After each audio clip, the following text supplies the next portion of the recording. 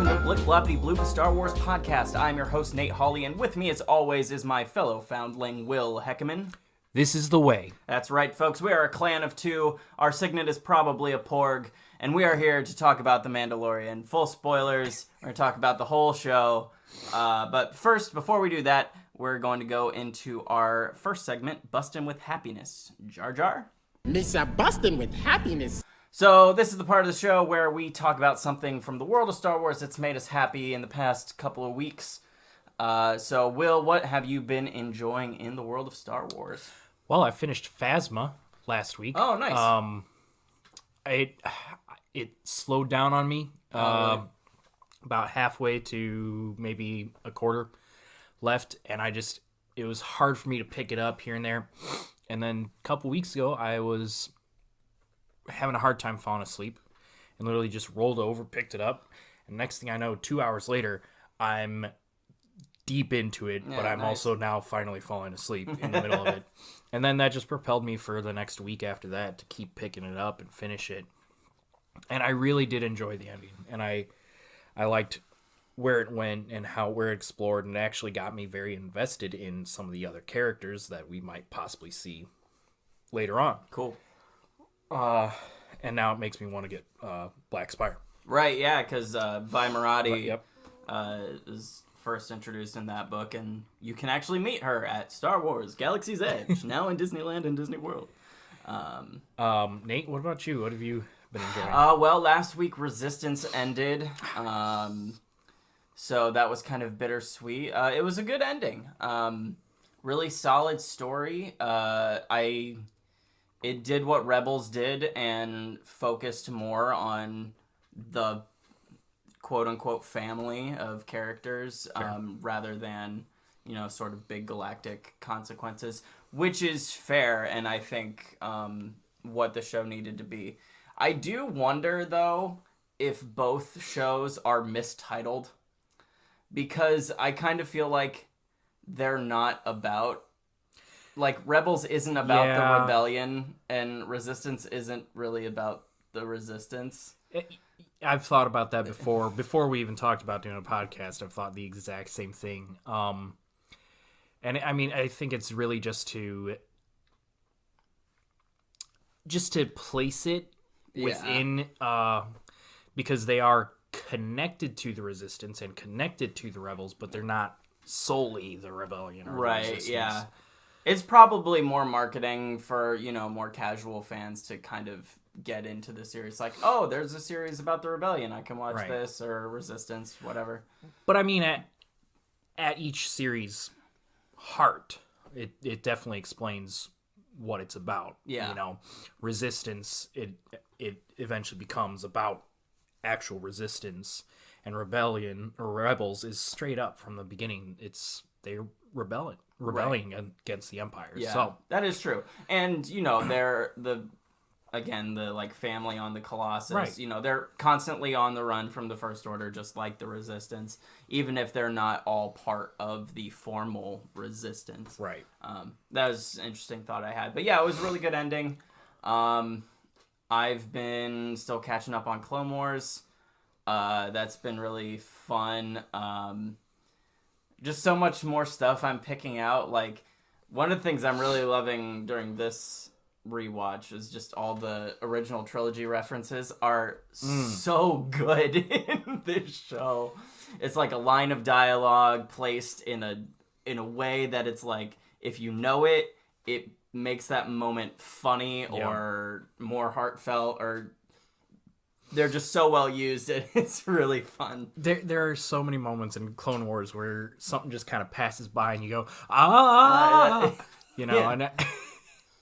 I love that show for that reason. Like today I just watched the episode where C-3PO and R2-D2 are on the Aline planet, and they end up going underground and meet these weird magical creatures. Right. And then the next episode is basically the Wizard of Oz, and it's very strange. But no, in that first one where they go underground, one of the clone troopers said, "I'm beginning to think coming here was a bad idea," and the other one says, "I'm beginning to agree with you." And I was like, yeah. So that's been fun. And then, yeah, just still wallowing in the Rise of Skywalker and processing more feelings about it. And I some of the things that I maybe talked more negatively about a couple weeks ago, I've come around on, and yeah, I still, like, it hasn't moved up in, like, my rankings, which I do it because, I don't know, I like having a list, but I don't really like to rank them. Like, I just rank them on my personal enjoyment. Like, I don't really, say one movie is objectively better than the other or anything like that. But so, like, Rise of Skywalker sits at, like, number 9 on my list, but I still really love the movie. Right. I mean, it's really like when both of us say any of these movies rank at a certain point, if it ranks high, that means it's really extremely high. And if it ranks low, that means it's still ranking kind of high. Yeah, it's like Star Wars and then every other movie. Not really. Not really. But sort of.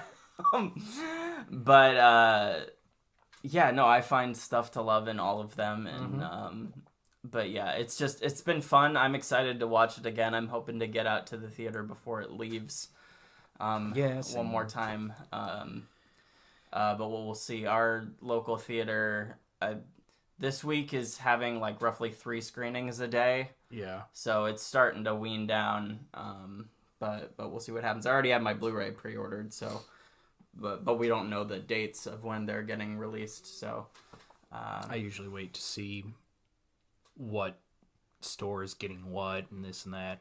I always go with Target. Usually I end up going to Target. They always have the cool booklets, the gallery booklets with like director and writer notes in them. And I think The Last Jedi, I just happened to walk into a Meijer the weekend it came out, and they like had marked it down like crazy to where I couldn't pass it up because it just seemed cheap. Yeah, it's funny though. My Target exclusive ones are like so much bigger than the rest of my Blu-rays though, because they're these giant boxes. So it's like one movie. Like The Last Jedi is like the thickness of 3 Blu-rays. Right. They're thick boys. Yeah.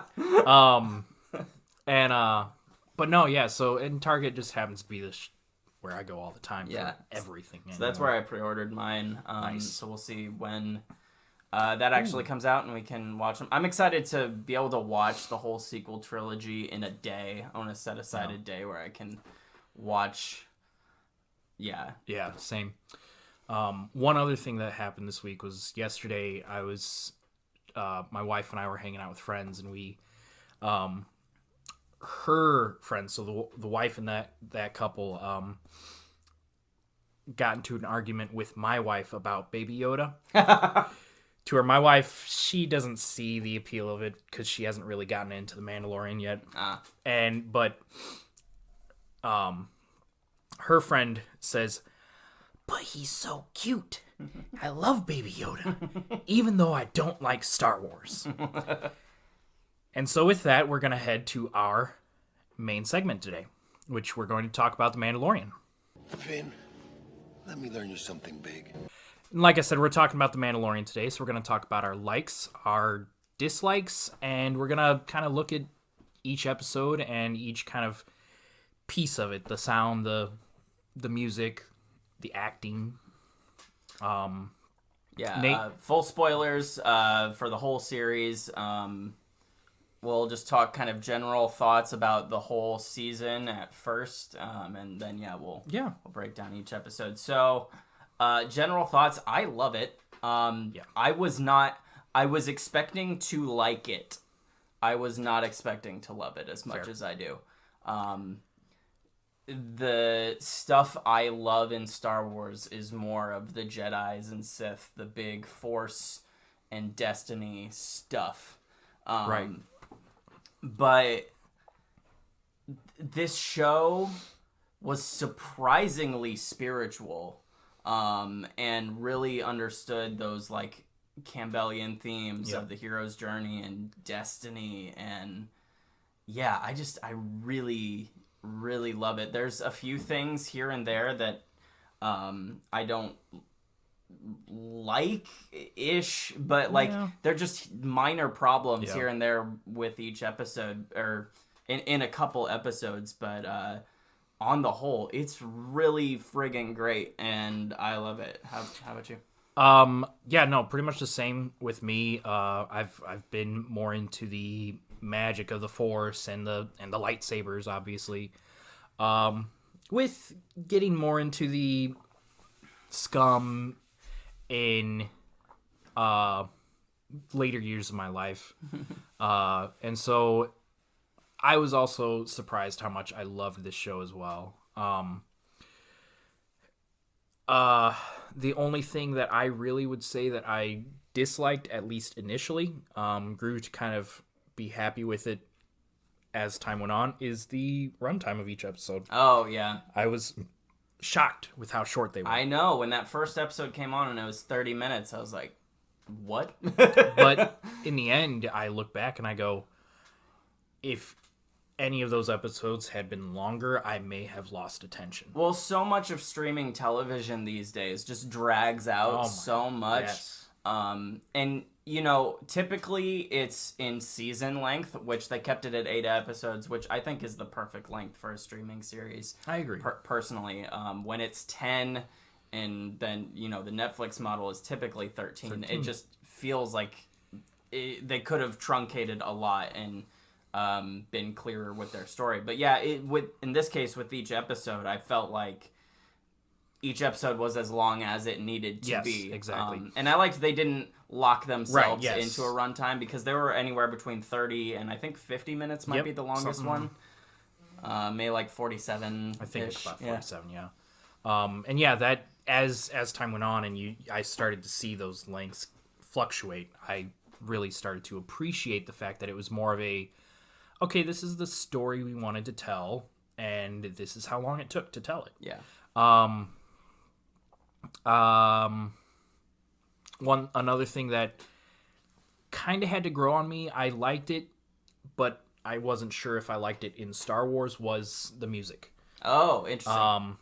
It was very different for Star Wars so music. different, but at the same time, it worked. Yeah. And I, again, grew to enjoy it, and I get those little bits stuck in my head all the time now. Yeah, it's so iconic, and yeah, Ludwig Göransson's score is so it's really good, and I love how just like raw and like the thing I think of other than the main theme that just like encapsulates it is that Mudhorn fight score. It's like it's so percussive and intense.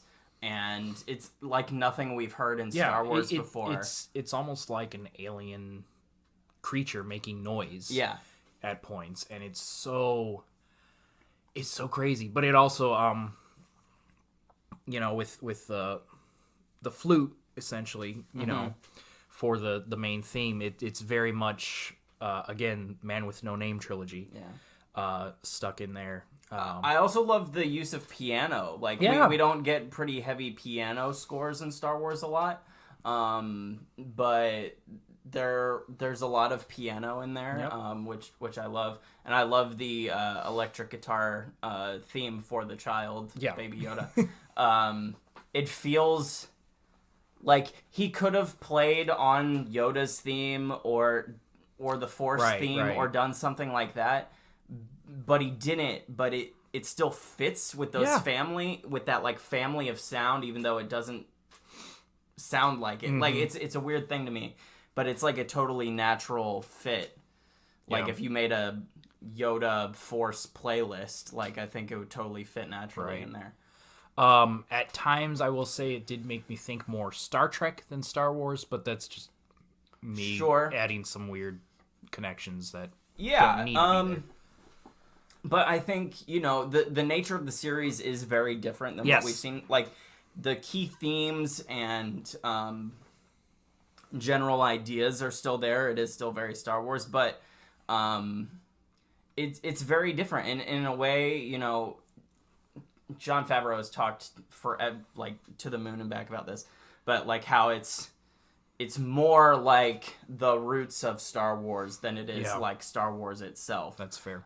Because they didn't want to imitate Star Wars because everyone has their own idea of what Star Wars is. Yep. And so to them, what they felt they had to do was go back to the old serials, westerns, Kurosawa films, samurai movies, and those things that George was inspired by, and take those things as their inspiration. And you can clearly see them. I mean, episode 4 is Seven Samurai, right. and it's a trope, but it's one of my favorite tropes in movies, and I love it. Yeah, no, the essentially being inspired by samurai films and samurai lore, which is funny because a lot of people are like, it's a Western. I'm like, but do you realize what Westerns are? Westerns are American samurai films. Like. Exactly. And straight up, The Man with No Name, it's Yojimbo. It's Yojimbo. Yeah, or Fistful of Dollars. So Fistful of Dollars. Yeah. I refer to it as the Man with No Name trilogy, but the first one, Fistful of Dollars, was straight up Yojimbo. Yeah. And that just cracks me up. You know, people are just like, oh, it's a Western and a samurai. I'm like, yes. I love it though, because it fits that so perfectly too. And it just fits the serial feel. Mm-hmm. You know, Clone Wars did this as well. Whereas Clone Wars felt like the old World War II serials, and that know that was the purpose of like the narrator at the beginning of the episode. It's like, war on this planet, blah blah blah blah. It was very intentional to reference. You know, it was their version of a crawl, right? But since they were catering to kids who may or may not know how to read as well, whatever. But it was also very intentional to reference those old serials, and this felt like those old adventure serials. The Flash Gordon, Buck Rogers, and just having Star Wars on your television every week. Going on an adventure, and for the most part they stand alone, which was another thing I wasn't really expecting. Like the first 2 episodes are pretty connected, right, and the third one is like an epilogue, I guess, to the first 2, but then 4, 5, and 6 all stand on their own, and then 7 kind of brings everything back, and then 8 is the finale, and ties everything together. So. See, and I was actually expecting more of that, more of the separate. Oh, really? Serialized. To the point where I was kind of expecting it to be each episode is a different hunt or a different contract he takes on. Well, that's the thing, is the show ended up being very different than what you or I thought it was going to be. I'm not sure anybody had the expectations of this whole thing. If you can find me one person who predicted this whole series, I will give them my praise. Yeah, because like we all thought it was going to be, the first season was going to be very bounty focused, right, and maybe these leftover Imperials would go to war with his guild, but we thought it was going to be very focused on him catching a different. It was going to be a Freak of the Week show. Right. Where he goes and catches a different monster, basically. Yeah, it'd be essentially kind of Scooby-Doo, but Mandalorian bounty hunter. Right. But then they introduce Baby Yoda, and it's Lone Wolf and Cub, and that's the whole series. and then he's at war with his own guild. Like, he ends up quitting the guild because he has a soft spot for kids. And it's like, man, I was not expecting it. Like, I don't know. Like, I figured the hero would have a heart of gold eventually, but I didn't think that would be quite so plain at first. Wouldn't be the whole plot of the show. Yeah. And basically it's him learning how to be a dad. Like, right. Series. Yeah, no, and that's... I'm just still, when I look back on it, I'm just like, wow, I was totally wrong. Yeah. And I love, there's so many deep cuts in there. Like, you could really tell that it was made by fans. Yeah. It felt very much like Dave Filoni and Jon Favreau were two kids pulling out their Star Wars action figures and Yes, playing exactly. together, and it was really fun. Also, their friendship is the most adorable and pure thing ever, and I need more interviews of the two of them because it's precious, and our fandom needs that right now. Yeah.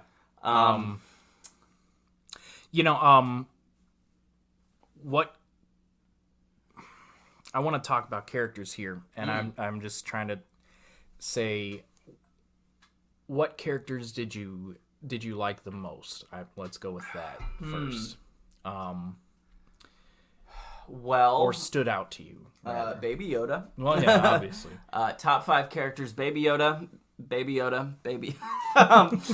No, but seriously, I was just shocked that they were going to introduce a new character of Yoda's species, but 2, that the character had the Force. Yeah. And again, like we talked about, what we love in Star Wars is typically more Force-centered, and I didn't think the Force was going to be in the show at all.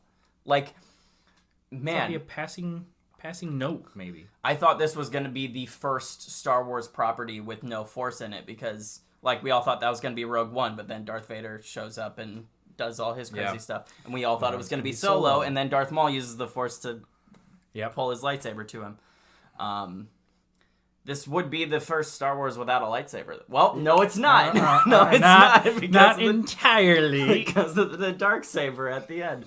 But yeah, I was not expecting him to have the Force, and just how the Force was used was really cool, and I loved how even after the victory of the rebellion, most people still don't really understand it. Like, when they explain it,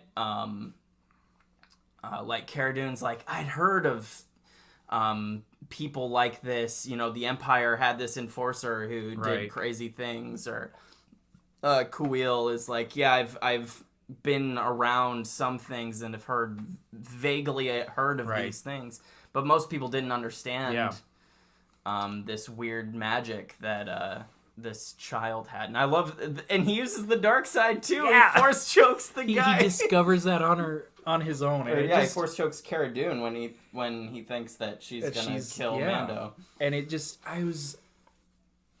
was great, and that brings back Kuil, who man, what a character! Wow, I was not expecting to love an Ugnaught so much. Yeah.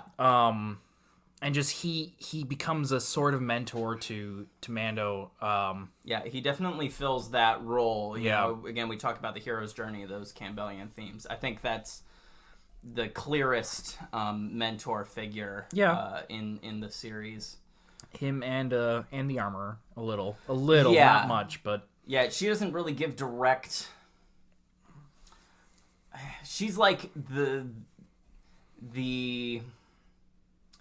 I don't know, the mentor of the mentor. I mean, she doesn't teach Kuil, obviously, but she's kind of like more of the Yoda than the Obi-Wan, I think. Exactly.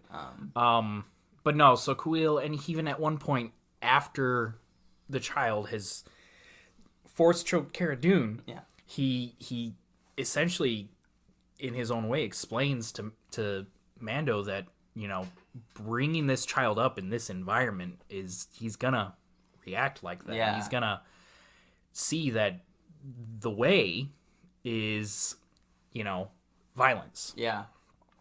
That's really interesting. Other characters I love, you mentioned the Armorer. Man, she kicks all kinds of ass, and she is the best. Yeah, she's... I was so shocked that they showed us so many Mandalorians in the first episode. And just then, then there's this armor, and she's got this really cool helmet. Yeah. That almost makes me think of Maul's Death Watch. Kind of. Just a little, not entirely. I was thinking that on my last watch of. Well, I liked that it was clearly older. Right. Like, it seemed like she had inherited this much more ancient legacy. Like, this is what Mandalorian helmets looked like hundreds of years ago. That's fair. which was really interesting. But yeah, again, the spirituality of the series, like she, again, is the religious leader of this tribe. This she says tribe. And yeah, the whole "this is the way" and man, I was not expecting to see a single other Mandalorian until the last episode of the first season. Like, yeah, same. And then we talked about Kara a little. I will actually say when she first came in episode 4, I didn't enjoy her as much as I thought I would. And I was a little bit let down, and that's not necessarily a bad thing. I think I was expecting a whole lot more. It's like when you get your expectations built way up, and then it doesn't quite meet it, but it's still good. Yeah. Well, that was the other thing about the series was when they introduced a lot of these characters to us at Celebration, I thought most of them would be recurring. Like, they'd end up being his crew or something like that. Yeah. But that wasn't the case, and that was fine. You know, that was the story they wanted to tell. I love that she's from Alderaan. Yes. That's so that was cool. A great reveal. And just the fact that, she was a rebel shock trooper, and then, once things calmed down, she's like, well, this is boring, and just left. I didn't sign up for this. And then when Mando is like, I'd give you the opportunity to kill some imps, and she's like, I'm in. Yeah, right. It's like, well, duh, her planet was blown up by the Imperials. Yeah. Of course, the only thing she wants is to just hunt down Imperials, and yeah, she was super great. IG-11 is... Version 1 or version 2? Right? Oh, both were great. I love seeing both because you get that just different ends of the spectrum. Yeah. And his nurse. Yeah. His oh, that was great. I just love they let Taika have his full humor on it. I mean, I was expecting Korg as an assassin, and that's basically what we got, and it was great. And I loved the gag in the first episode when he keeps trying to kill himself. It's like, I must self-destruct. No, don't self-destruct! Disengage self-destruct. And then, when he comes back in episode 7 and he's a nurse droid. Yeah. Oh, it's so funny. And then he doesn't, his defense protocols aren't disengaged, so he's still a great fighter and is able to take out a bunch of people, like those jerk stormtroopers who punched Baby Yoda. Yeah. That is the most evil person in the galaxy. I don't care about Palpatine. Because that stormtrooper who punched Baby Yoda is the worst villain in Star Wars. And then he ends up making a heroic sacrifice at the end, and it's a really cool arc for him. And the relationship between him and Mando, because Mando hates droids because his parents were killed by battle droids, which, by the way, bringing in the Clone Wars, holy heck, man, we saw a flash of super battle droids in the trailers, and I was like, oh man, what is this going to be? And then they kept showing us that scene of him getting left behind and his parents dying and getting killed by separatists, and him being rescued by Death Watch, which I really, I don't know. I mean, that just shows how much John and Dave care about this stuff. You're right. Yes, they were both involved in the Clone Wars, and, that's why, is they have such direct knowledge of it. But, man, seeing that it wasn't just average Joe Mandalorians, it was specifically Death Watch, because that was the active Mandalorian tribe during that time. That was really cool. I was totally after seeing trailers, I was expecting it would either be a flashback of the Clone Wars, or I was partly hoping that it would be a small cell of droids get reactivated. That'd been kind of cool to see, but I loved how they really worked it in there and gave him PTSD from that. And it's just constantly, no droids. Yeah. And right from the first episode early on when he rejects a speeder being driven by an astromech who can't cause him any harm. Like, it's not nefarious at all. But he's like, no droids. I hate them all. Which is interesting, is also the reason that the bartender in the cantina in the first film doesn't let droids into his cantina. And that's the kind of stuff I hadn't thought about in the past. And then, just these little things just kind of creep their way in since the prequels have come out. Yeah. And I'm just like, oh. Yeah. That's really... I actually gave that online at some point. Somebody was like, why doesn't he like droids so much? And I explained the PTSD, and then I was like, it's the same thing with the bartender. And they're like, I never thought of that. And I was like, dude, yes, go back and watch. Now you can, and you'll see that. And it was just, had a great conversation with that guy online after that. Absolutely. Yeah. Before we dive into, each individual episode, one of the things they did with the series, because they kind of wrote themselves into a bit of a corner here, in that we had seen Mandalorians before in Clone Wars and Rebels. All of those Mandalorians we have seen in the animated shows take off their helmets. Yeah. And in this one, they say Mandalorians don't do that. Right. So, I'm assuming that discrepancy will get explained eventually. But one of the things I found interesting that is connected to that is the idea that Mandalorian is not a race but a creed. How did you feel about that idea? Because one of the things that George did with the Clone Wars was he set up the idea that Jango and Boba Fett are not Mandalorians, and I assumed that meant simply that Jango was not born on Mandalore. Right. However, being Mandalorian means being raised in the Mandalorian faith now. Right. So what do you think about that? I actually loved it. And that was quickly my thoughts went to the same thing of Jango and Boba. And it just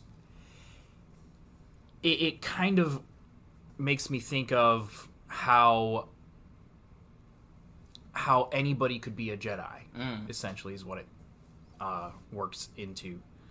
But with Mandalorians instead. Yeah.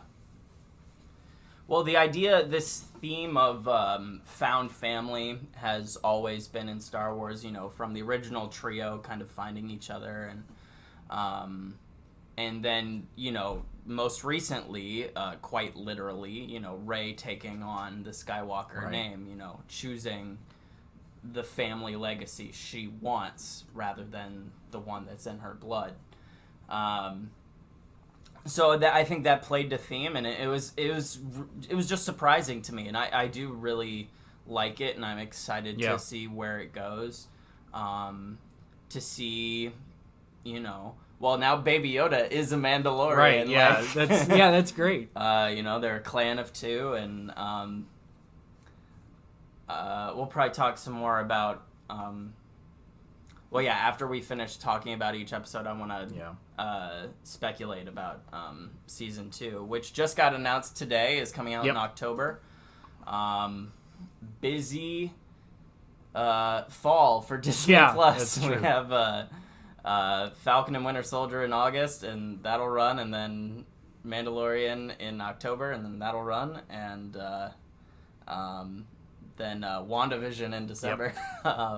That's Marvel, not Star Wars, but still exciting. Yeah. So yeah, lots of great stuff coming out on Disney Plus at the end of the year, and it'll be really fun. But any other general thoughts? Oh, we didn't talk about the effects, how they shot it. Oh yeah.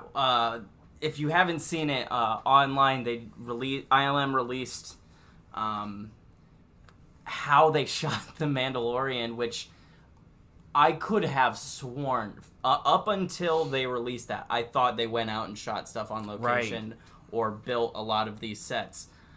but most of it is digital. It's Yeah, digital greens. It's like real-time green screen. So instead of being in a green screen environment and then replacing it with a digital environment later, they create the digital environment and place the actor in this 360-degree backlit projection screen, and they're in the environment in real time. It's so nuts. You know, it makes me think of those shots you would see in like the old cartoons where the guy's on the treadmill and they've got the moving scenery as well. But it's everywhere. Yeah, and it the element moves with the camera so that it always looks like it's real. And what's crazy to me is that it's camera ready. Like, that is for the most part. Like, I think they tweak a few things here and there, but for the most part, that's the in-camera shot that they use it for the show, which is nuts.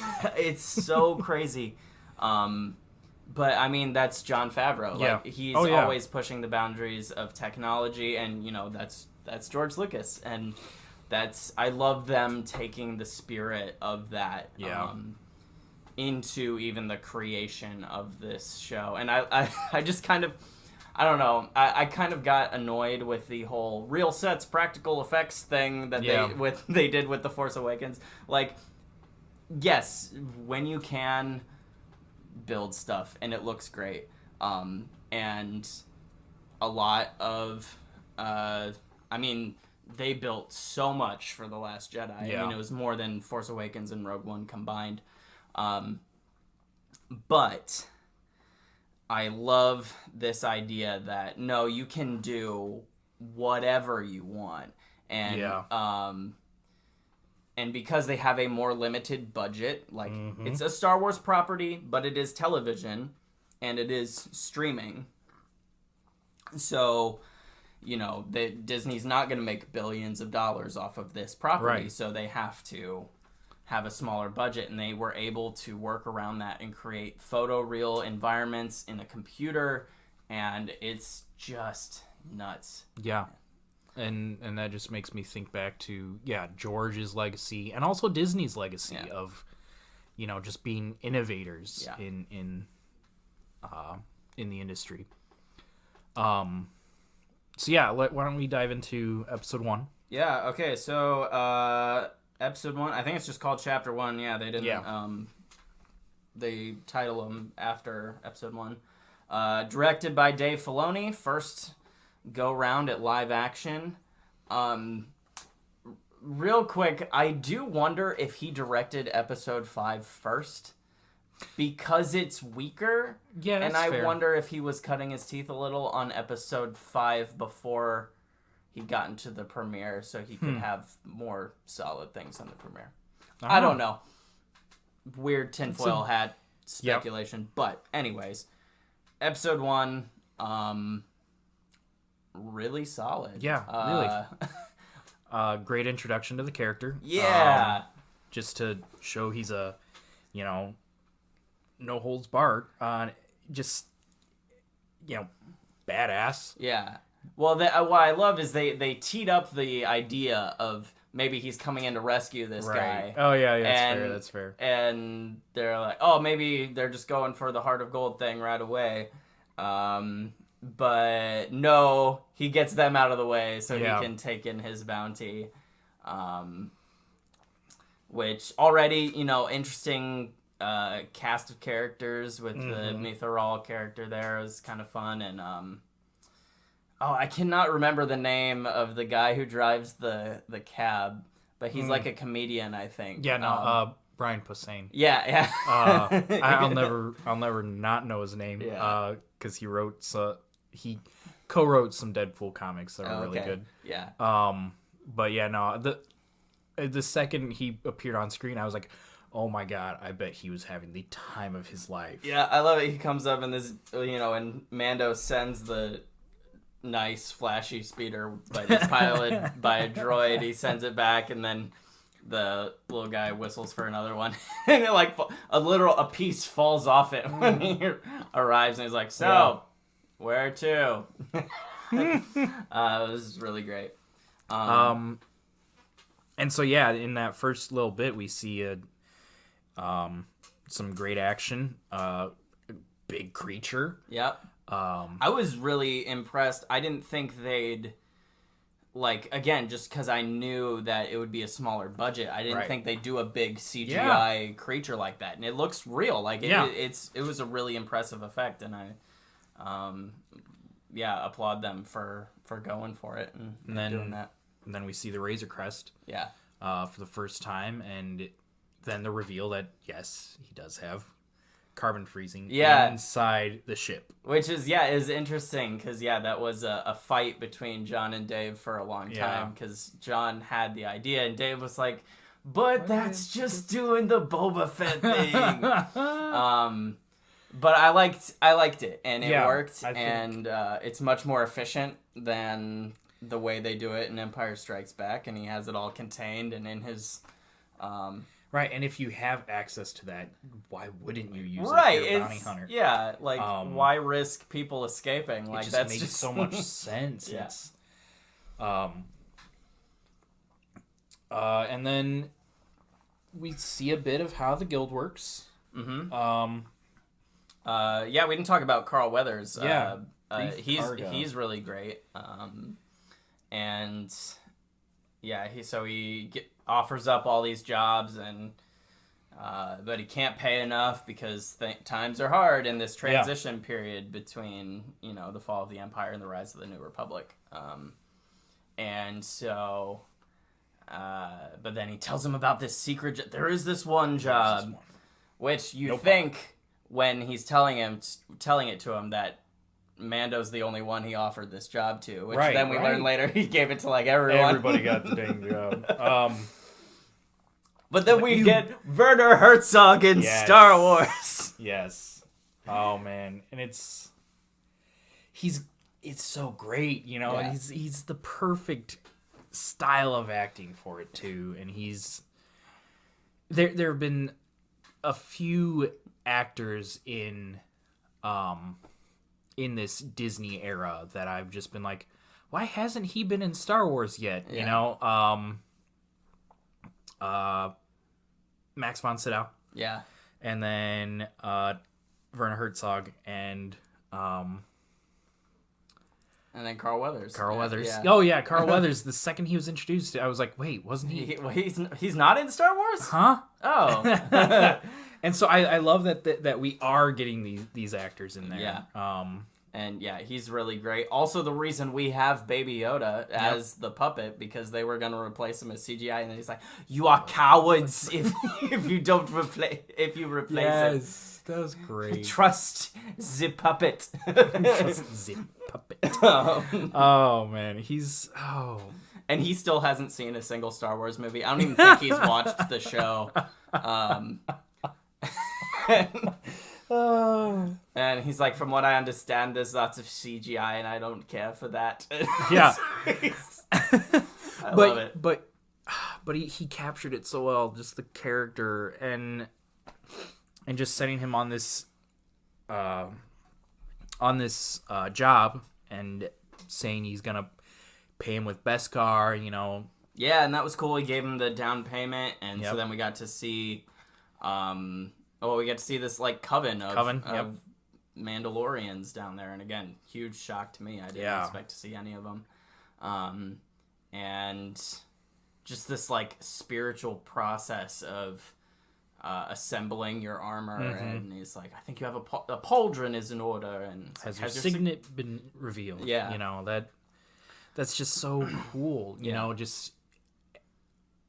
The lore behind the Mandalorians just being right out in the open from the get-go. Yeah.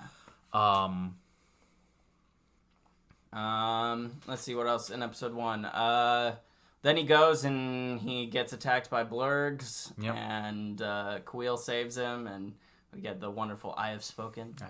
I love Kuiil so much. Yeah, it's... And I love... Especially when you watch the whole series and you go back and watch it again, and when he's trying to learn how to ride blurg, and he's like, this is impossible, or whatever. And Kuiil says, you are a Mandalorian. Your people rode the great Mythosaur. And again, even though he's behind a helmet, you just feel the emotions behind him going, I want to be a Mandalorian. Yeah. Like, because he's a foundling, so like he has this idea of he has this ideal Mandalorian that he's trying to live up to, and again, just what Pedro Pascal is able to do, even behind a mask, is really incredible. Also, his stuntman, but just what they were able to do with that was really impressive. And then he goes and he meets up with IG-11 and he finds Baby Yoda. Yeah. The reveal of Baby Yoda. Oh man, that just I thought he said it was 50 years old essentially, and it's just like, well, some species age differently, and I saw the ears, from the back, and I go, oh yeah, huh, and then they do the full reveal that it's, well, Baby Yoda. Yeah. And again, I didn't expect, again, this is more big picture stuff, but I didn't expect from the first episode, even though it's like this crazy new thing, I thought it was just going to be his, like, this is his bounty, he's going to take it back, and then the Empire's going to do something shady with it, and then we'll figure out what they did later. Down the line, like, we'll get all these different bounties get collected, and then at the end, we'll see what it amounted to, this new big bad that he has to face maybe. But and it was just, and then it ends there. Yeah. It ends after he's revealed. One thing I really love about all of the directors who worked on this show is they really understood just the visual storytelling aspect of Star Wars. Yes. Because again, that last shot of the episode is him like reaching out with his finger, and then Baby Yoda reaches up his hand, and then it cuts. Does it necessarily make sense, quote unquote? Like, would Mando just like reach out his little finger to maybe not? I don't know. But it's the visual that, again, that's what George always said. These are basically silent films where the dialogue is kind of irrelevant to him. I feel differently about the dialogue, but they all really understand the visual nature of the series. Well, especially because when you look in hindsight, it's a droid about to kill a child, and then the droid is killed by a Mandalorian. Yeah. Exactly his origin. Exactly. But with Baby Yoda and instead. Then Baby Yoda becomes a Mandalorian. Yes! He becomes a foundling. Like, they have the same origin story. Like, and it's so great. Yeah. So then we go into episode 2, The Child, directed by Rick Famuyiwa. Man, the way he directs action, the scene of him chasing Jawas. Yeah, I love the Jawas in this. Yeah, well, it opens with action because, it opens with a lizard, which is really cool. But then he gets attacked by Trandoshans and has a really cool fight, and then we see what his rifle can really do. Yeah. Oh man. When he fires that thing, it disintegrates the guy. I was like, yeah. My mind was blown. And then the Jawas, they were great. Yeah, they scrap his ship, and so he has to chase after these Jawas. And I loved the different, like, the idea that there were Jawas on planets other than planets, Tatooine, and they're dressed differently. And the merchandise calls them off-world Jawas. Yeah. But I loved that chase sequence and then he's like trying to climb the sandcrawler thing, and then they beat him. That's the other thing, is I thought Mando, like, they were just going to set him up to be like the fiercest warrior in the galaxy, and for some reason he was like the best fighter ever. Yeah. But no, he gets his ass kicked so much in the series. Like, he gets thrown off that sandcrawler pretty early on. Yeah, and we see him having to repair his armor. Yeah. And that was cool. And then the child tries to... We eventually find out that he's trying to heal him. That's actually what I got. Yeah, exactly. When he first reached up at the cut, I thought, oh, is he gonna like somehow use the Force? I know. I was like, man, we're gonna have Force healing in this show, because we hadn't seen it anywhere really. There's some stuff in Clone Wars, Right. but for the most part, we really haven't seen any sort of Force healing, which again we then see later in the Rise of Skywalker, which becomes a major theme. But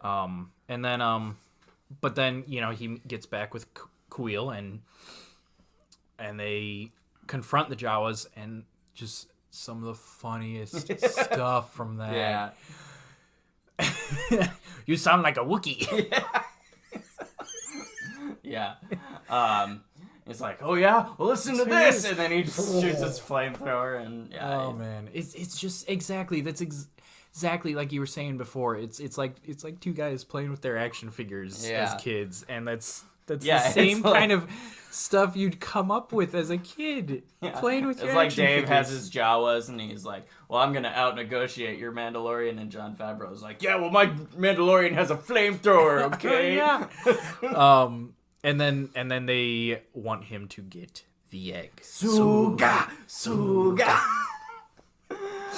Oh. Yeah, and so he has to face the Mudhorn, which, side note, some archaeological team digged up this, like, woolly rhino from the Ice Age, and it looks exactly like the Mudhorn. Whoa. Like, that was a real thing. That's cool. Yeah. But yeah, no, that was such a neat design. And again, the fight against it was really cool too. And he's essentially, it's making me think sort of like the Greek mythology stories of fighting these mythic monsters. Yeah. And so, I mean, there's that there. Well, and again, it's, you go into, medieval European mythology, it's a dragon guarding a cave. Exactly. Like, it literally. Dragon, it's gold. Yeah. In a sense. Which the inside of the egg is, like, golden. It's, like, golden yolk goo, right? Whatever. Oh, yeah. So, yeah, it's the dragon. Cadbury egg. It's a Cadbury egg. But, yeah, it's this monster guarding this cave that he has to defeat. And I love big creature fights like that because there's no dialogue and it's all visual. Oh yeah. And like I love how the Mudhorn is blind and it's not focused on it. It's just a couple things here and there where you're like, oh wait a minute, he can't see him, and then he's just relying on his other senses, and Mando tries to outwit him and isn't very successful. No. And then gets beat to heck, and Baby Yoda saves him with the Force. Yeah, the very first time we see him actually use the Force. And and Mando is just like, what? And then he gets the egg and brings it back, and then he's explaining it to Kuiil, and he's like, explain it again, I don't understand. And he's like, yeah, me either. Yeah. And then they piece back together the Razor Crest. Yeah. And he offers Kuiil a job. And I thought he was going to take it. Yeah. Oh, I was so initially disappointed about him not taking the position. But I loved it. Like, this idea of, like, we've only seen these creatures as basically slaves on Cloud City. Yes. And again, they show up in Clone Wars doing the exact same job. Right. But yeah, we've only seen these creatures in roles of servitude, and Kuiil's like, bro, I worked so hard to finally, like, have my own life and not be in service to anyone. He's like, I'm honored that you want my help, but, like, no, I can't. Yeah. And I really liked that plot point of, like, this was a guy that got out, like Anakin, coming from slavery. Yeah. Like, it was, I really enjoyed that being a plot point in the series. And then he flies off, and we move into episode 3. Which is called The Sin, which right away when I saw that was the title, I was like, oh man, we're in some good stuff here. And Deborah Chow directed this episode. Oh boy, this is probably my favorite episode of the series. This one or she also did episode 7, which is really good too. But I think chapter 3 is my favorite. Mando comes back and he hands Baby Yoda over, and again, I don't know who was behind the suit, if it was Pedro or his stuntman, and I cannot remember his name, and I feel so bad. I feel bad. But who is it? He's John Wayne's grandson. Yeah, and just like the delivery of this guy in a mask clearly is having regrets about delivering this child. But Grief Karga gives him the whole thing about.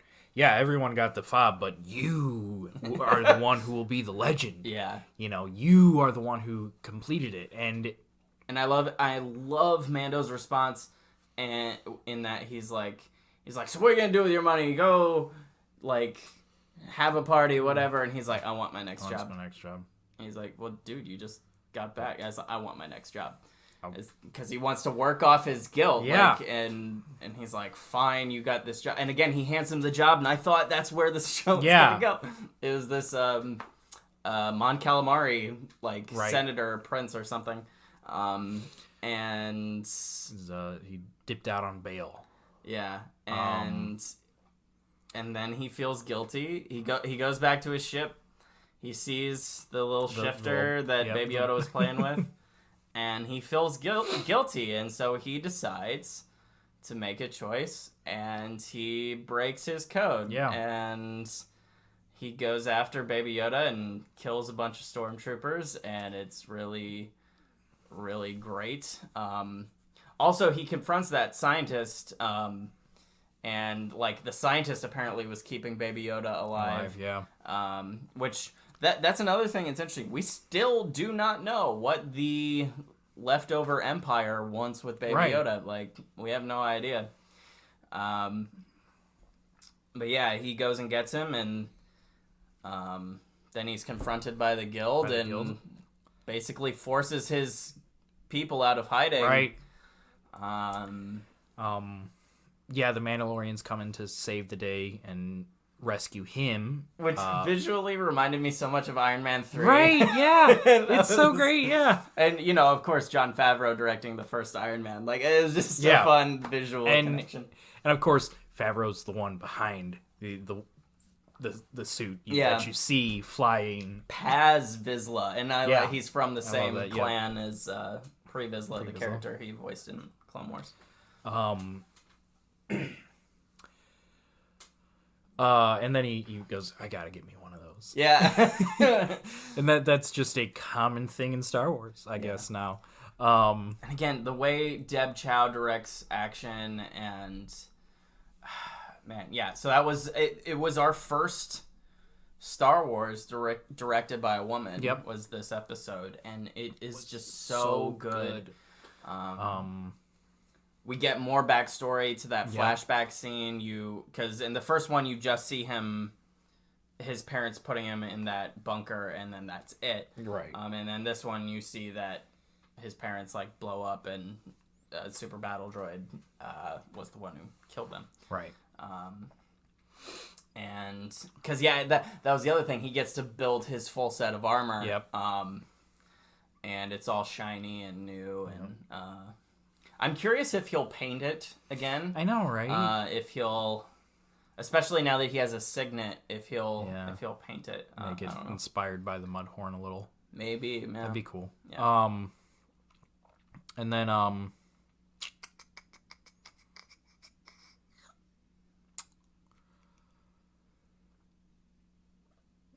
a headache. I don't know why. Yeah. So that was I really love episode 3.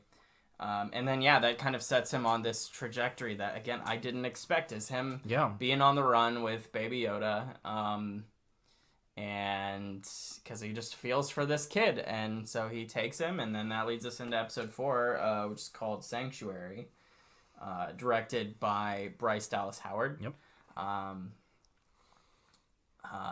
Ron Howard's daughter, he directed Solo, so keeping it in the family. And I was about to say, hey, there's the first time we really get family involved. Yeah, and again, another piece of Star Wars directed by a woman, which is great.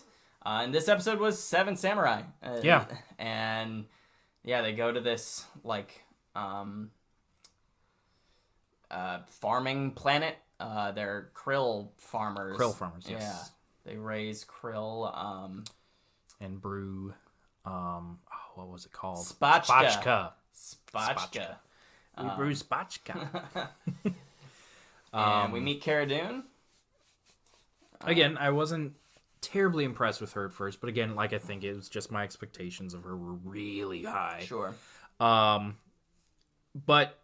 I do love her introduction is because like Mando thinks she's another bounty hunter, right? Yeah, probably out to get him, and they fight, and then Baby Yoda's just there sipping his tea, or his broth, yeah.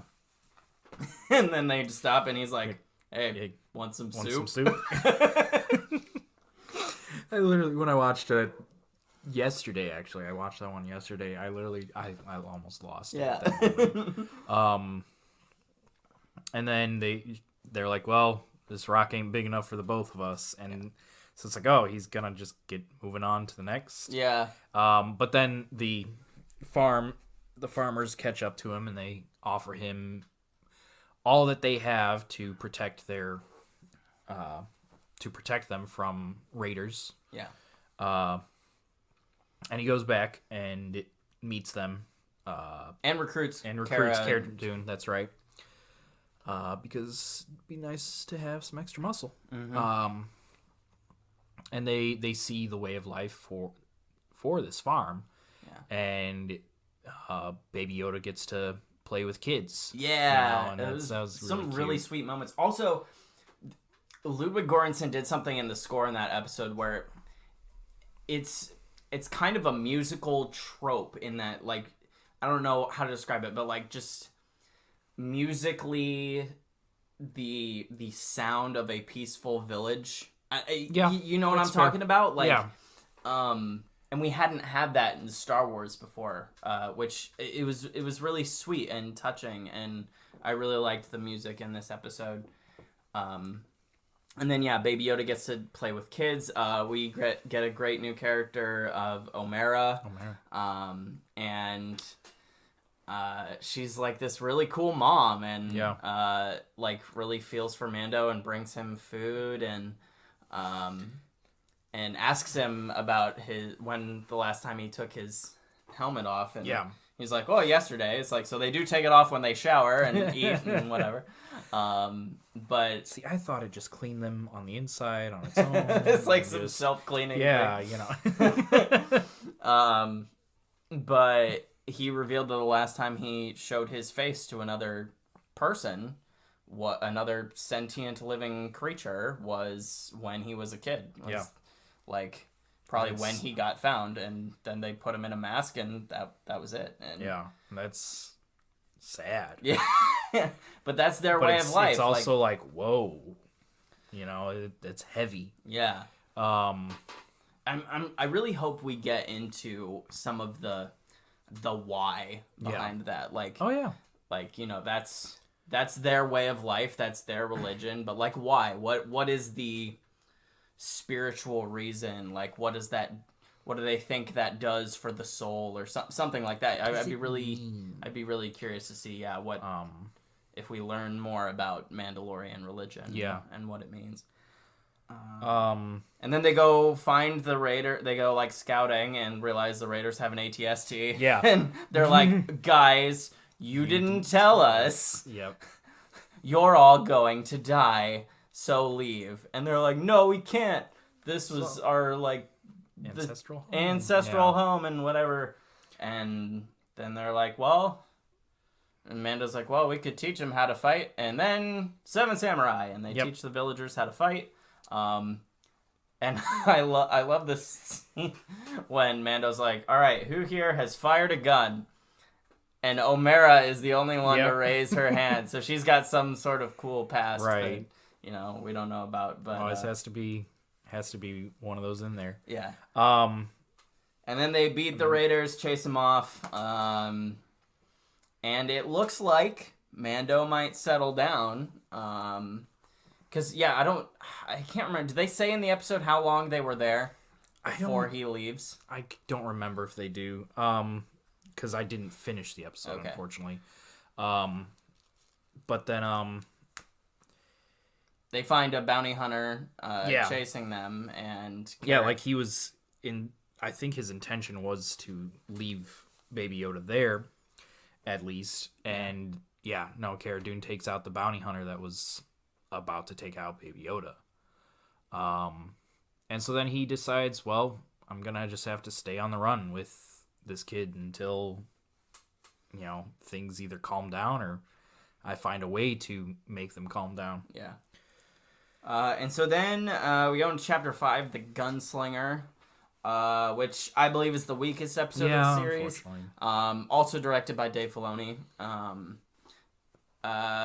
It starts with a fun little space battle, and the guy is like, I can bring you in warm or I can bring you in cold, and Mando's like, that's my line, and blows it up. That was fun. And then they go to Mos Eisley. And I cannot remember the actress's name, but the lady who mans the spaceport. Amy Sedaris, I believe. Yeah. She's so great. I loved so her character. And her hair was so 80s. Right? And it's like, it felt like, I love when they're like, oh yeah, well, it's 5 years after Jedi. Jedi was released in 1983. This is like a 1989 haircut, and I loved it. Like 1988 haircut. That's great. Yeah. And she has this pit droid crew. Like, I loved the prequel nods there. Yeah, like, no, it's great. And so, he goes to Mos Eisley to try to pick up a job because he needs money to take care of his kid. And he runs into Toro Calican. Yeah. Tell us about Toro Calican, Will. This might be the only time where I'm going to say I couldn't stand the guy at all. I thought at first I might like him, but just the more you see him, and he could have been designed that way. But he just came off as, oh, I bought all this stuff with my father's money. Yeah. And now I'm gonna be this hot shot bounty hunter. I don't know, just the performance it felt like Han Solo via the worst parts of Hayden Christensen's performance as Anakin. Like, I love Hayden and I love Anakin, but I don't know, it felt like Hayden doing a really bad Han Solo. That's fair. And then there's and so then it's like, well, just kind of help me out, show me the ropes a little bit. And I don't know, it just, this was the most jarring episode. And it just didn't. Well, you wonder, like, what the narrative purpose of it was, because, like, he goes there to, like, well, his ship's a wreck because he was just in a firefight, so he's like, okay, I'm gonna land, lady, take care of my ship, I'll pay you, and then he's like, I need some money. So he goes looking for work, and so then this kid has a bounty puck for Fennec Shand, played by Ming-Na Wen, who she was great. Hopefully she's not actually dead, because why would you shaft Ming-Na Wen? Yeah, that especially with how much she talked up her character. Yeah. And like in our first episode, we brought in a lot of this stuff, and I had literally just seen an interview with her saying, like, we built this character and she's all this, and I was like, literally after she was shot, I was like, oh, she's not dead, she's gonna get back up and she's gonna do some really cool stuff, and then she didn't. And I was like, huh? Well, hopefully whoever finds her at the end with the jingle jangly boots, maybe Boba Fett. Right, maybe that's what a lot of people are saying. Whoever finds her, hopefully he like just dunks her in a back to tank right away, and she heals up. But then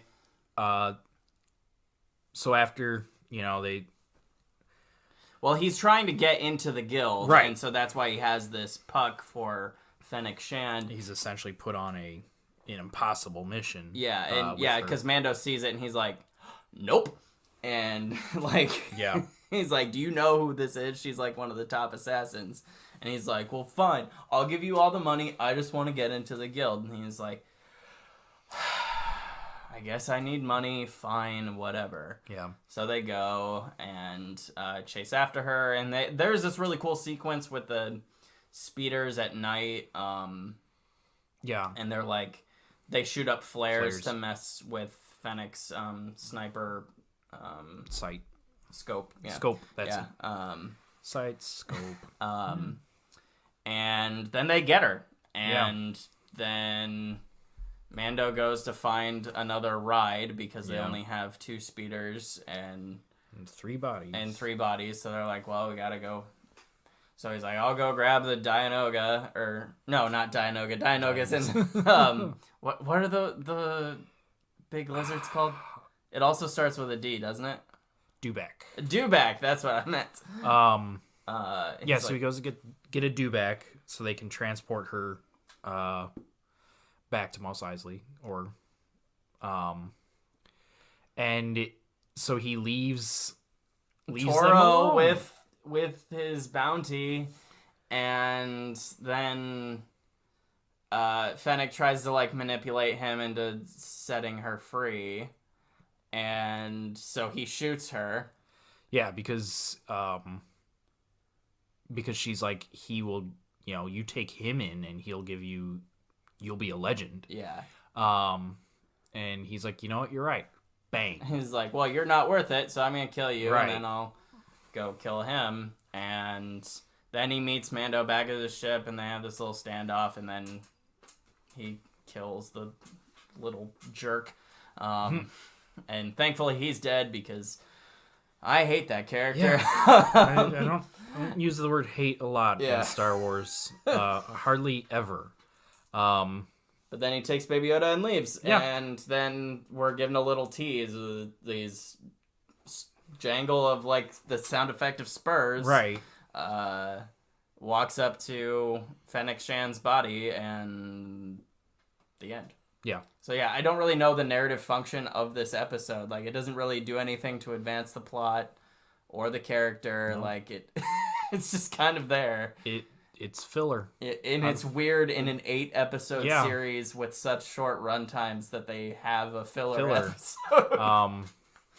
Maybe we're wrong. it'll many of the episodes of Rebels that were called filler ended up being really relevant. Towards the end. That's so true. Hopefully it comes back around, and this is Dave we're talking about. Yeah, so hopefully we'll see whoever. People keep saying Boba Fett. I'm crossing my fingers for Cad Bane, because I really want Boba Fett to just be dead. I don't care about Boba Fett at all. I'd love to see Cad Bane. Yeah, Cad Bane would be, especially like an old, gruff Cad Bane. Man, I'd be and the whole Spurs thing that fits with him too. Then we get the Prisoner, directed by Rick Famuyiwa again. Really great episode. Again, the way he directs action, and it's like this like heist prison escape thing. He goes to an old friend who has like this space station, and who like runs jobs. Yeah. And so he meets up with Bill Burr, and with a thick Boston accent in Star Wars. Also, I just love they're like, I love when Star Wars actors are huge fans, like John Boyega or Kelly Marie Tran or whatever. But sometimes I also love when Star Wars actors don't care about it at all. Like Bill Burr makes fun of Star Wars fans in his comedy sets, and Werner Herzog doesn't care about Star Wars at all. And I just think it's so funny. In my opinion, they're some of the more standout characters in this series. That's the funny part. Especially Bill Burr. What cracks me up is that Bill Burr is essentially just playing Bill Burr. But I love it. Yeah. He's in Star Wars making fun of Star Wars. Yeah. And we have the line about the Gungan. Oh, yeah. He's like, what's under your helmet? Are you a Gungan? You just don't want to show your face? Yeah, it was funny. And then they all find Baby Yoda. There's like his ex-girlfriend is a Twi'lek character. Also, why did those Twi'leks have fangs? Yeah, that was wild. Like, they looked cool, but like... We've never seen a Twi'lek with fangs before. We get Clancy Brown. Yeah, as Clancy a Deveronian. Brown was great. His name's Berg, I think. And yeah, that was really cool. Oh, the droid QR0, I believe. Zero, man. They just call him Zero, but on merchandise it says QR0, I believe. QR0. He was really cool. He was really great, and that's the guy from the IT crowd. Oh, shoot. Of course I forget his name right now. But the second he spoke up, I went, oh. Yeah. I like, snap, I know who you are. And I loved the way he piloted the ship, because he piloted the ship like a droid who doesn't care about how living beings react to like gravity and stuff, because like doing this now and now and now. And he's like just jerking it around and like yeah, no, that was cool. He just interfaced with the ship and then the whole time they're doing the mission in the prison, he's essentially scanning files and discovering more about Mando, and it's becoming more and more clear throughout this that Mando's being set up. And so and then we get the reveal that he is being set up once they rescue the prisoner, and then it turns into like Die Hard. And he's like finds ways to like MacGyver his way into capturing all these Jokers. And we think at first that he's killing all of them. Yeah, but he doesn't. He leaves them to be, which is really interesting. So hopefully we'll see more of them. That'd be neat. That would be cool. We see a New Republic officer, played by Matt Lanter, which was really fun. Unfortunately, he's dead, but oh well. Sorry, that was Matt. fun. And then and there's the little there's a gag with Baby Yoda and Zero. And then I love it at the end when he gets off the the prisoner transport, and you think that Zero's gonna get Baby Yoda, and Baby Yoda lifts his hand like he's using the Force, and his head explodes, and we're like, whoa! He used the Force to explode his head, and Mando's there with a gun. Oh, that was great. And then he goes back to the space station. Obviously, they got the guy out of prison. It's the other Twi'lek, the brother. And so they're rescuing him to bring back. Throughout all this, the New Republic is coming after the prison ship to, take care of the intruders. They he has the New Republic officer has this like communicator that basically calls in a firing squad. It's like something's happened with the prisoners, come in, blow up the ship. And so then Mando keeps it with him and activates it when he leaves. And so then we get the three of the directors. We get Dave, Rick, and Deborah. Yeah, that was great. New Republic X-Wing pilots. Literally, the second Dave popped on screen, I was like, oh my gosh, it's Dave Filoni in Star Wars! And then they blow up the ship or the space station, and then Mando escapes again. And then we move on to episode 7.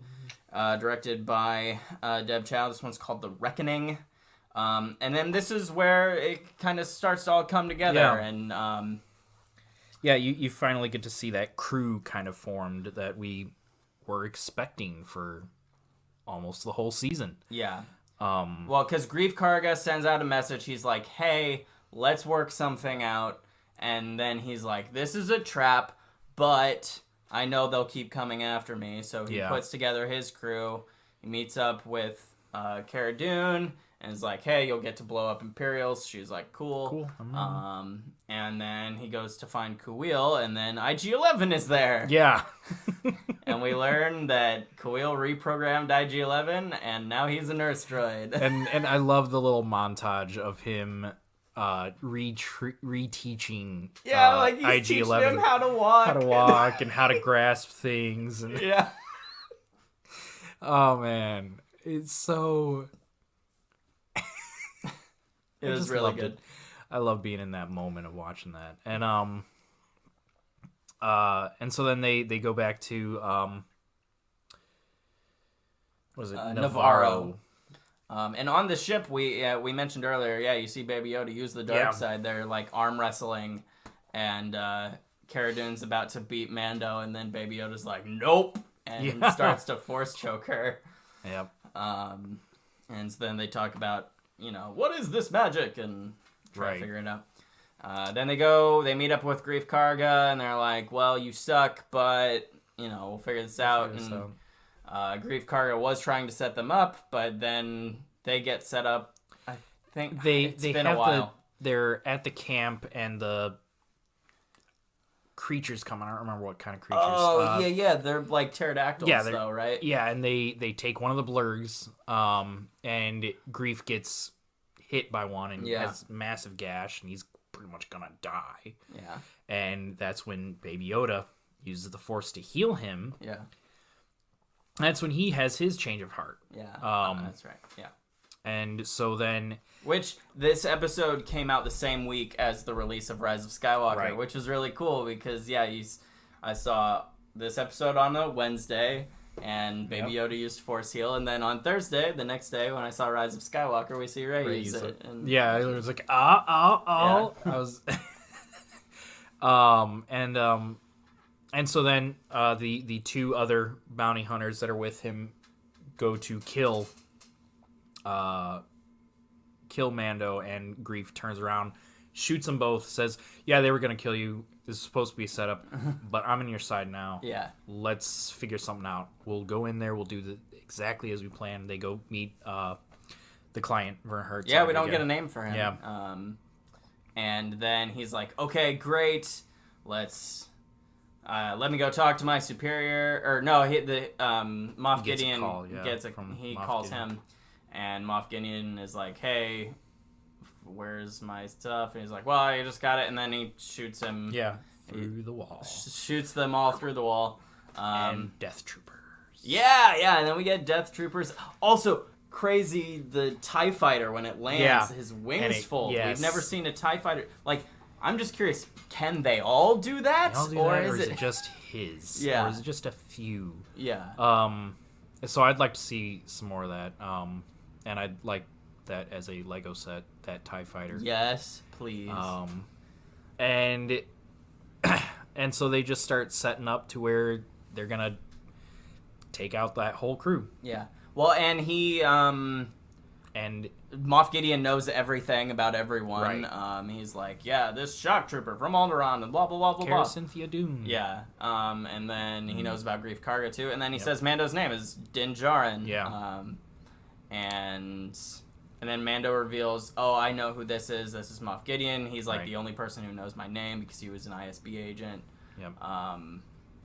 Which I'm hoping, since they have set up the convention that there are flashbacks in this series, I hope in the next season we get some flashbacks about how those two know each other. And Kuiil takes off with Baby Yoda earlier, and Mando is trying to tell him, like, are you safe? Are you safe? And two stormtroopers overhear that. Down, and they find Kuiil and kill him. And it ends with just his pathetic carcass just lying there. And I was at work watching this on my phone, and it was at my break, and I literally sat there for the next 5 minutes of my break with my jaw on the floor, wanting to scream but not being able to scream. Yeah. I had fallen in love with that character so much, and they just... Yeah. Wow. And they rip your heart out. But, again, there's the hero's journey. It's the death of the mentor. Yeah. And I'm sure we'll... maybe eventually we'll do a specific hero's journey of the Mandalorian. Maybe when the series is over, complete, we can do a hero's journey of the Mandalorian episode. But yeah, so then we move into the finale, titled Redemption, and this one's directed by Taika Waititi. And I loved that they didn't let him, when they announced he was going to be a director, I was like, there is no... Everybody was like that, man. I was like, for this show? What? Like, yeah. About this, gruff and tough bounty hunter, you're going to bring in the guy who made Thor Ragnarok, like, what? But he did so good. It's so well directed, I and I love the opening is hilarious. And you have Jason Sudeikis as the stormtrooper, who is the worst stormtrooper ever. No, because he punches Baby Yoda, and he got what he deserved. Yeah, and so, but that's it. You know, for the Taika Waititi, you know, humor. For not really. Know. I mean, there's some pretty. It's good the jokes. most right in your face. Yeah. And then it tones back. Yeah. Dials back, and then we see IG-11 come in and rescue him, and just own. He goes to town on all the stormtroopers. stormtroopers. Yeah, and bounty hunters too. Yep. And yeah, that was really cool to see. And then the Moff Gideon like makes him an offer to like, you have until sundown, blah blah blah, and then they try to like burn them and whatever, and then Mando gets injured, and they're like, you guys go, IG-11 take care of him, and IG-11 is like, I need you to take your helmet off so I can heal you, and he's like, no one can see my face. And no he's living like, thing. No living thing can see my face. He's like, I am not a living thing. And so he gets to take off the helmet. And we see Pedro Pascal. And he's Pedro Pascal. Yep.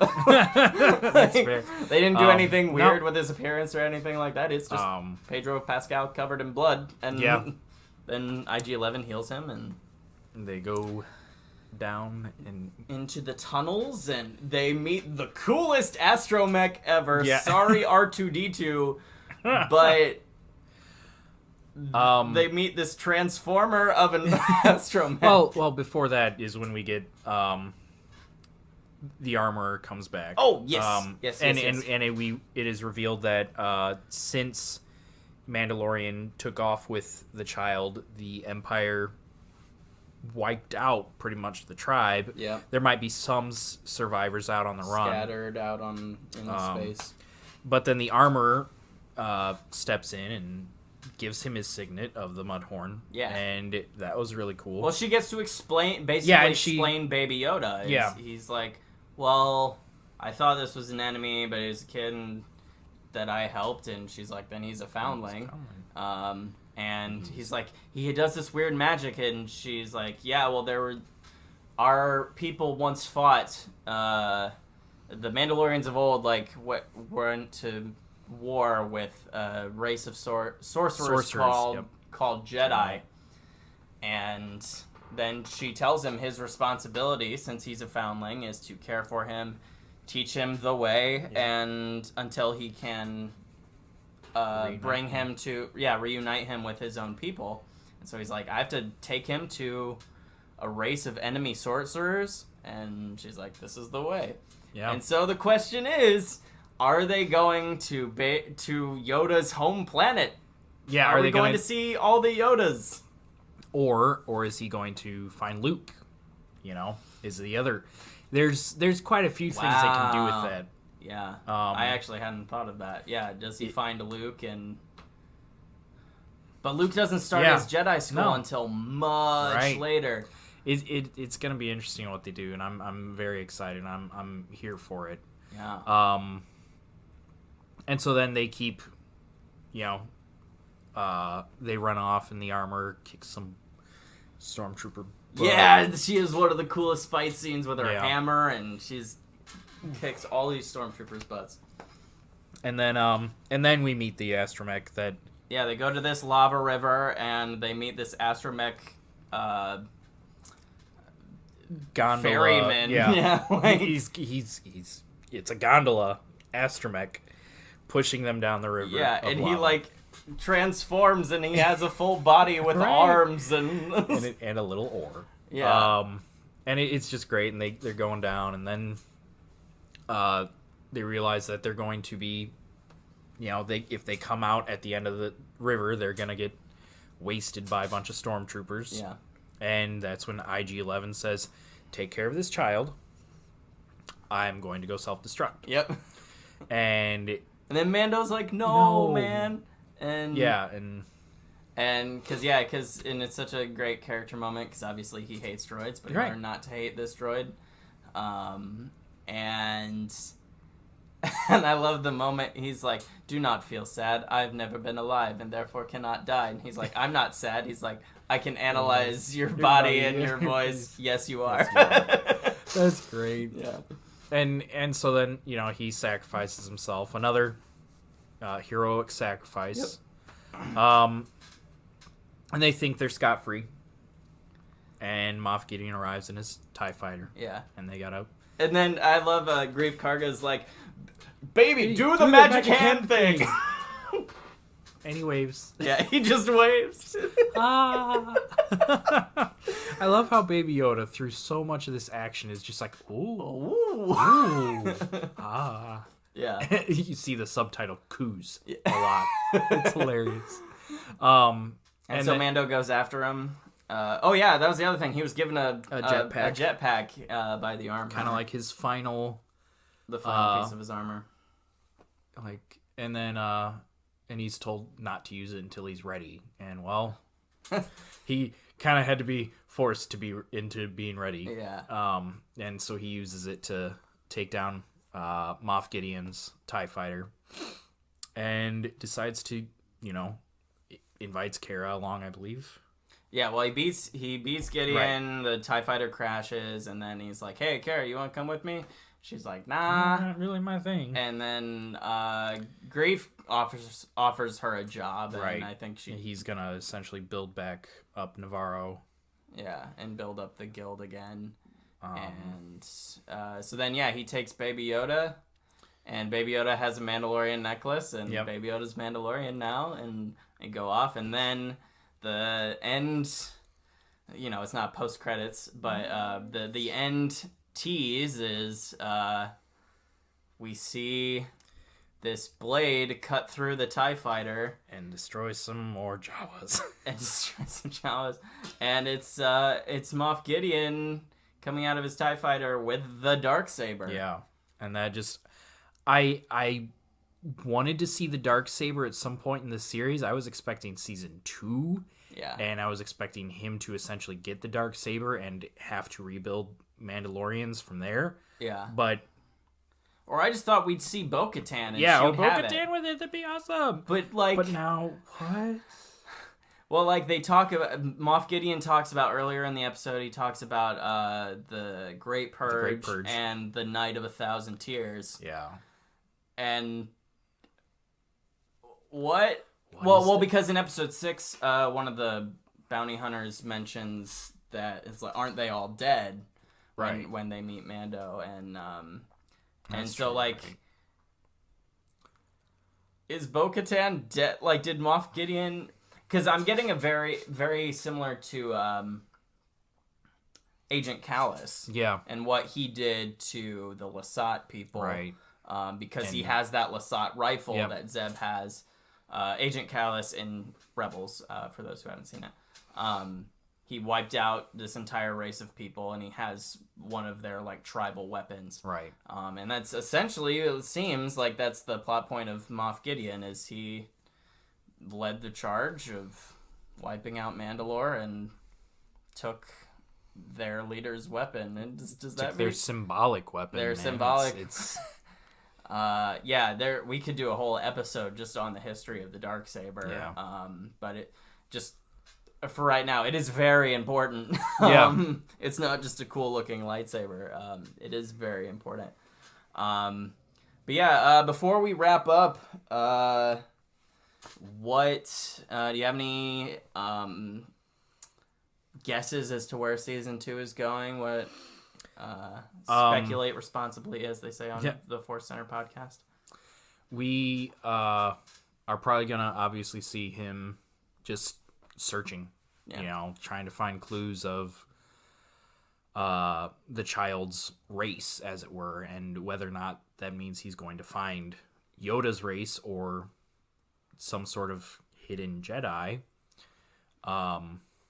I have a feeling he's gonna find the planet and they're all gonna be dead. Right, something like that. I wouldn't be surprised with that. Yeah, because if they were all there and if they're all Jedis, and just living in that'd be secret. Like that messes with the canon so much. And then there's, returning characters. Obviously, we're gonna get Grief and Kara back. Yeah. And probably the cast of bounty hunters from episode 6 because he leaves them in that cell. And then possibly Fennec Shand. Hopefully. And we'll probably see a bunch more Jawas. Yeah. Do you they see the seem to teaser sculpture that Jon Favreau shared of that Gamorrean guard? Yeah. Who's like a lean, muscular Gamorrean. Yeah, he's not blew me away. short and fat. He's like tall and muscly. And So that'll looks be like cool a to see. barbarian. And just fun. Yeah. I expect fun. Yeah. That's the one word I would attribute to this whole series. Yeah, was I hope fun. we get some more deep character stuff with Mando. True. And I think they will. This was, your first season is kind of establish what the voice of the show is and introduce the characters, and you do get moments of character growth, but you just don't get a lot just because of the whole series is 5.5 hours. 2 movies. I'm excited to see where things go with Baby Yoda and and Moff Gideon's gonna be hunting him down, and I expect we will learn what the fake Empire wants with Baby Yoda. True. Maybe if it ends poorly, maybe that's something to do with how Palpatine comes back, potentially. If they're wanting to drain, cut this poor child open and drain him and to use that to bring the Emperor back to life.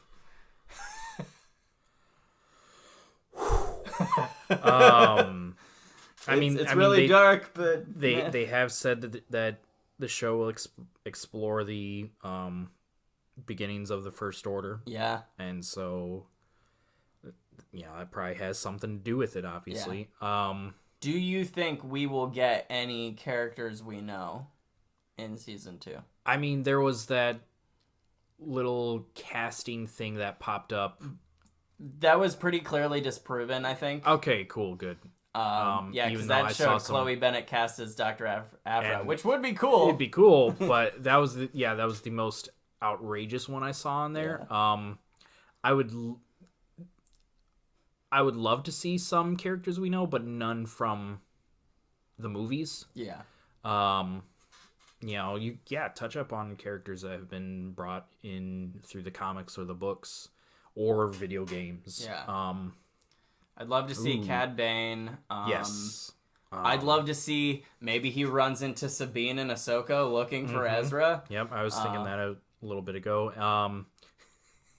Hondo. Yes, please. Put Hondo in a live action series. He's in your theme park. Come on. Yeah, make him be your ambassador, essentially, Disney. Man, That'd be I great. wish he would have been in The Rise of Skywalker. I was really hoping for it. That would have been great. Just part of some sort of little roll call. Yeah. That would have been fun. He definitely probably would have fit in with Trevorrow's script. That's a whole nother thing. And, man... Yeah, I don't want to talk about that movie that didn't happen. Thank goodness it didn't. But yeah, anyways, we love the series. It's been really great. We're excited to see more. It's coming out in October.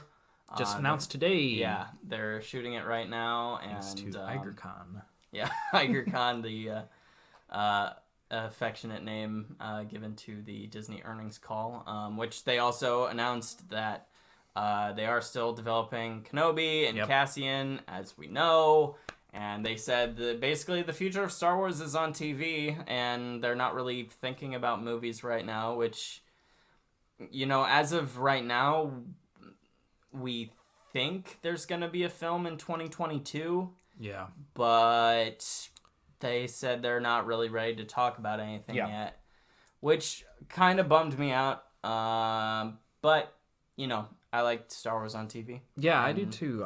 We have Clone Wars coming up in just 2 weeks ish. Yeah, ish. Right after my birthday. Yeah. And that'll take us into, it's 12 episodes. It's coming out every week. That'll take us into like May. So, and then the Star Wars train is not slowing down anytime soon. Not at all. Books, comics, Yeah. TV, aplenty. The other thing happening this month is Project Luminous. They're announcing whatever the heck it is. Officially it's a publishing thing, so a series of books, comics, but there's rumors of film and video game tie-ins. Yep. I think video games are more likely than Same. films, especially after this earnings call. Right.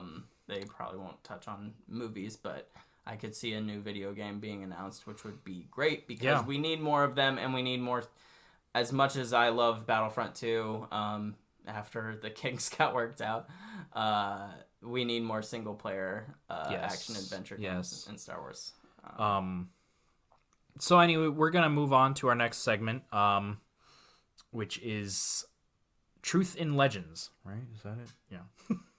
There's always a bit of truth in legends. So this is the point of the show where we talk about what we've enjoyed outside of Star Wars that we think has some sort of connection to Star Wars, whether it's just something that makes us think of it, or it's an actual direct, correlation or inspiration. So Nate, what have you been enjoying? Man, what have I been enjoying that's not Star Wars?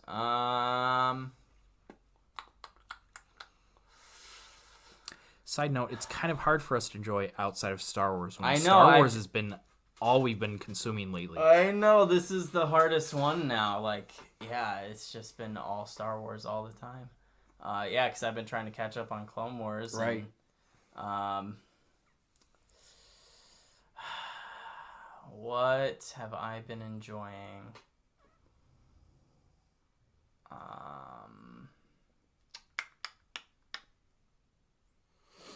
don't know, do you have one? I do actually. Okay. I have. You go and I'll keep thinking.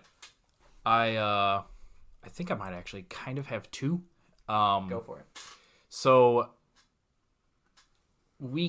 last week I was playing Witcher 3: The Wild Hunt. Nice. And I was on a mission where you've got another character following you around, and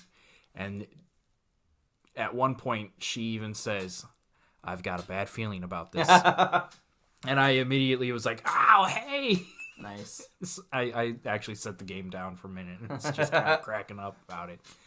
And that pops up a lot in media, is that I've got a bad feeling about this, not just in Star Wars. Yeah. And then my other one is this one makes me laugh, is Planners Peanuts decided to hop on the baby train, and now people are trying to pit Baby Nut with Baby Yoda.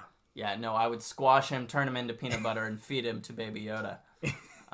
Like I said, Baby Yoda stands are savage. Yes.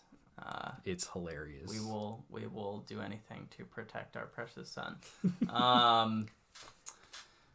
Gosh, something I've been enjoying outside of Star Wars.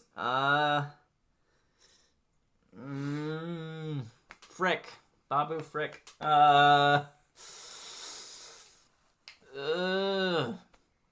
Let's see, The Good Place just ended. Let me see if I can find a Star Wars connection there. I was going to say anything in Doctor Who.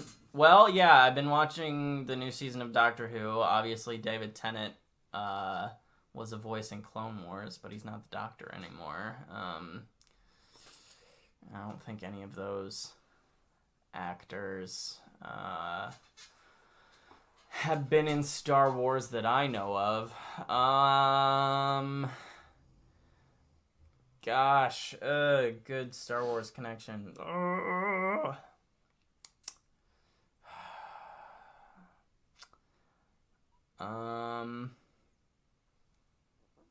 Well, here, I'll just say The Good Place ended.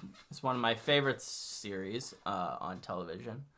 And it was a heartfelt conclusion, wrapping up these character stories. just like The Rise of Skywalker.